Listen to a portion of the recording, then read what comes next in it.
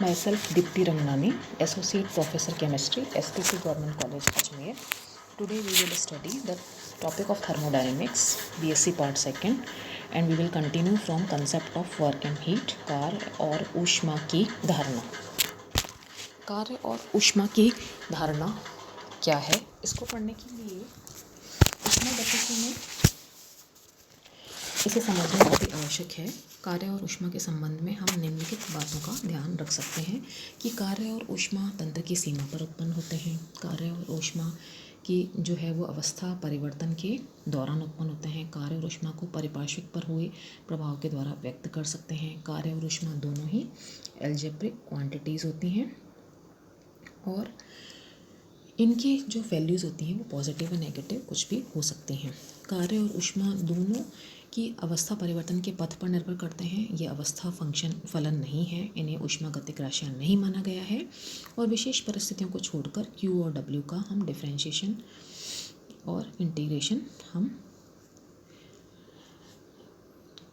कुछ विशेष परिस्थितियों को छोड़कर ना तो Q या W का अवकलन और ना ही dQ और dW का समाकलन कर सकते हैं। इसलिए dQ और dW इनएग्जैक्ट डिफरेंशियल होते हैं और इनएग्जैक्ट डिफरेंशियल को हम डेल शब्द का उपयोग करते हुए लिखते हैं।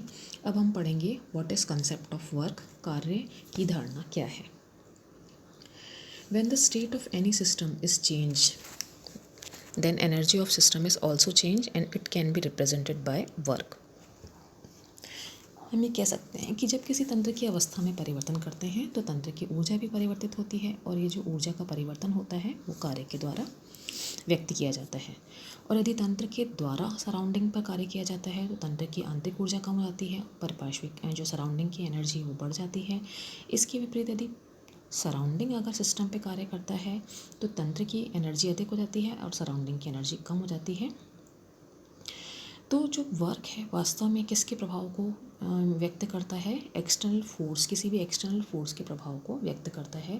जैसे कि यांत्रिक बल के विरुद्ध यांत्रिक कार्य, मैकेनिकल वर्क कहते हैं उसे हम। विद्युत बल के विरुद्ध विद्युत कार्य होता है। गुरुत्व बल के विरुद्ध गुरुत्व बल के विरुद्ध गुरुत्व कार्य होता है। दाब के विरुद्ध प्रसार कार्य होता है। और प्रत्येक प्रकार का जो कार्य है वो दो गुणांकों के बराबर होता है और एक जो इंटेंसिटी फैक्टर होता है जिसे हम तीव्रता गुणांक कहते हैं और दूसरा कैपेसिटी फैक्टर होता है जिसे कि हम धारिता गुणांक कहते हैं। इंटेंसिटी फैक्टर क्या है? जिस बाह्य बल के विरुद्ध कार्य किया जाता है उसका नाप जो है कार्य का इंटेंसिटी फैक्टर कहलाता है। एग्जाम्पल, प्रसार कार्य दाब के विरुद्ध किया जाता है तो प्रसार कार्य का तीव्रता गुणांक दाब है। ऐसे ही कैपेसिटी फैक्टर क्या होता है कि बाह्य बल के विरुद्ध कार्य करने से तंत्र में हुए परिवर्तन का जो माप होता है वो धारिता गुणांक कहलाता है। दाब के विरुद्ध कार्य करने से आयतन में परिवर्तन, उसे हम आयतन परिवर्तन को हम धारिता गुणांक कहते हैं। इसको हम इस टेबल में दिखा रहे हैं कि टेबल का जो फर्स्ट कॉलम है वो वर्क को शो करता है, सेकंड कॉलम इंटेंसिटी फैक्टर को शो करता है, थर्ड कॉलम जो है वो कैपेसिटी फैक्टर को शो करता है। इसमें हम देख रहे हैं सबसे पहला वर्क ऑफ एक्सपेंशन या प्रसार कार्य है जिसको कि जूल में प्रदर्शित कर सकते हैं। इसका जो तीव्रता गुणांक या इंटेंसिटी फैक्टर है वो प्रेशर है और जो कैपेसिटी फैक्टर है वो आयतन परिवर्तन, चेंज इन वॉल्यूम है। नंबर 2 मैकेनिकल वर्क या यांत्रिक कार्य है जिसमें कि जो इंटेंसिटी फैक्टर है वो फोर्स है जिसको कि हम न्यूटन में रिप्रेजेंट कर सकते हैं और जो कैपेसिटी फैक्टर है वो चेंज इन डिस्टेंस, दूरी में परिवर्तन है। नंबर 3 वैद्युत कार्य, इसका जो इंटेंसिटी फैक्टर है वो है विभवांतर और इसका जो कैपेसिटी फैक्टर है वो है कूलाम या एम्पियर सेकेंड।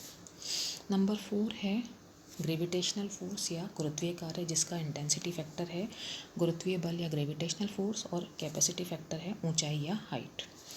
नंबर 5 है थर्मल एनर्जी जिसका तीव्रता गुणांक है ऊष्माधारिता और इसका जो कैपेसिटी फैक्टर है वो टेम्परेचर है।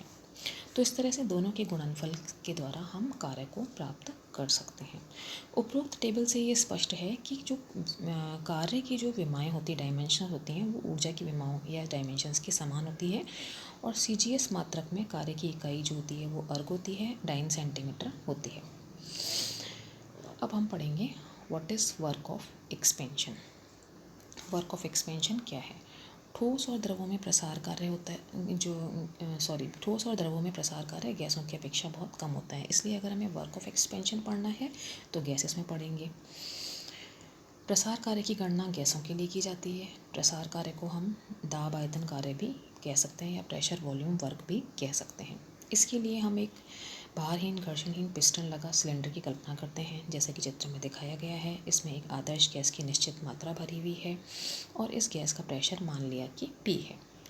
अब इस प्रेशर के कारण पिस्टन ऊपर की ओर जाएगा। पिस्टन को संतुलित करने के लिए हम उस पर एक्सटर्नल फोर्स लगा रहे हैं, बाहर से F लगा रहे हैं। F लगाते हैं। यदि पिस्टन का अनुप्रस्थ काट का क्षेत्रफल A है तो जो बाह्य बल होगा F = हो जाएगा P × A के बराबर। इस अवस्था में प्रतिरोधी जो दाब है वो गैस के दाब के बराबर होता है। अब प्रतिरोधी दाब को हम अनंत सूक्ष्म मात्रा dP से कम करते हैं तो पिस्टन अनंत सूक्ष्म dl ऊपर की तरफ चलेगा।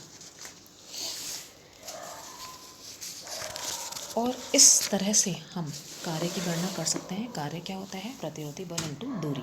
प्रतिरोधी बल क्या है? प्रतिरोधी दाब इंटू क्षेत्रफल इंटू दूरी के बराबर होता है। W फॉर्मूला लिखा है इसमें, dW = P - dP, dV = हम लिख सकते हैं BdV। तो अगर अप्लाइड प्रेशर कांस्टेंट है तो हम प्रेशर को इंटीग्रेशन फॉर्म से बाहर निकाल के W = -P ∫ V1 to VV dV लिख सकते हैं और इसका रिजल्ट आएगा W = -P ∇V। और अगर वॉल्यूम गैस का जो है वो कांस्टेंट है, अगर volume of gas is constant, volume constant है, तो हम लिख सकते हैं W = 0 क्योंकि dV = 0 है। जब प्रतिरोधी दाब अगर 0 है, P 0 है, तो भी हम लिख सकते हैं W = 0। और जब प्रतिरोधी दाब भी परिवर्तित हो रहा है, वॉल्यूम भी परिवर्तित हो रहा है, तो हम लिख सकते हैं W = P2V2 - P1V1। तो इस तरीके से हम गैसेस में वर्क ऑफ एक्सपेंशन की स्टडी कर सकते हैं। अब इस थर्मोडायनेमिक्स को हम नेक्स्ट लेक्चर में कंटिन्यू करेंगे।